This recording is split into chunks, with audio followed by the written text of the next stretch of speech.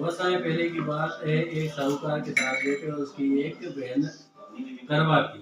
सभी सातों भाई अपनी बहन से बहुत प्यार करते थे। वे यहाँ तक कि वे पहले उसे खाना खिलाते और बाद में स्वयं खाते थे। एक बार उनकी बहन ससुराल के से मायके आई हुई थी।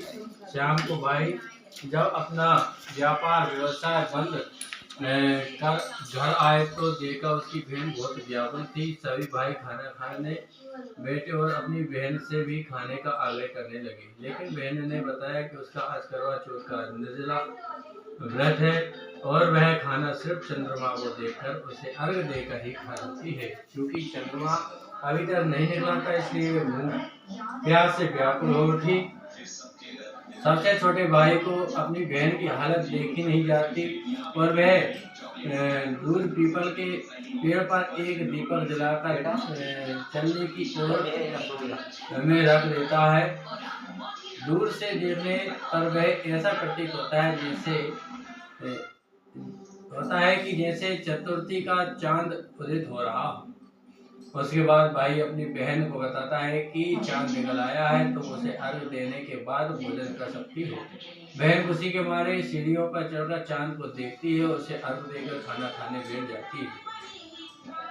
वह पहला टुकड़ा मुंह में डालती है तो उसे छींक आ जाती है, दूसरा टुकड़ा डालती है तो उसमें बाल निकल आता है और जैसे ही तीसरा टुकड़ा मुंह में डालने की कोशिश करती है तो उसके पति की मृत्यु का समाचार उसे मिलता है। वह बौखला जाती है। उसकी भाभी उससे सच्चाई से अवगत कराती है कि उसके साथ ऐसा क्यों हुआ। करवा चौथ का व्रत गलत तरीके से टूटने के कारण देवता उससे नाराज हो गए हैं और उन्होंने ऐसा किया है। सच्चाई जानने के बाद करवा निश्चय करती है कि वह अपने पति का अंतिम संस्कार नहीं होने देगी और अपने सतीत्व से उसे पुनर्जीवन दिलाकर रहेगी। वह पूरे 1 साल तक अपने पति के शव के पास बैठी रहती है, उसकी देखभाल करती है और उसके ऊपर उगने वाली सुई नुमा घास को वह एकत्रित करती जाती है। 1 साल बाद फिर करवा चौथ का दिन आता है तो उसकी सभी भाभियां करवा चौथ का व्रत रखती हैं। जब भाभियां उससे आशीर्वाद लेने आती हैं तो वह प्रत्येक भाभी से यम सुई ले लो, पिए सुई दे दो, मुझे भी अपनी जैसी सुहागिन बना दो, ऐसा आग्रह करती है। लेकिन हर बार भाभी उससे अपनी भाभी से आग्रह करने का खैर चली जाती है।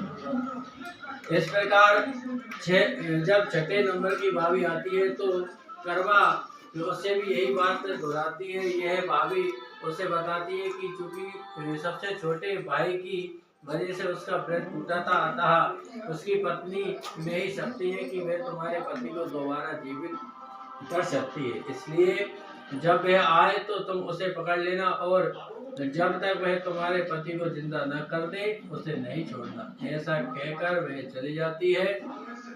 सबसे अंत में छोटी भाभी आती है। करवा उनसे भी सुहागिन बनाने का आग्रह करती है, लेकिन वह टाल मटोल करने लगती है। इसे देख करवा उन्हें जोर से पकड़ लेती है और अपने सुहाग को जिंदा करने के लिए कहती है।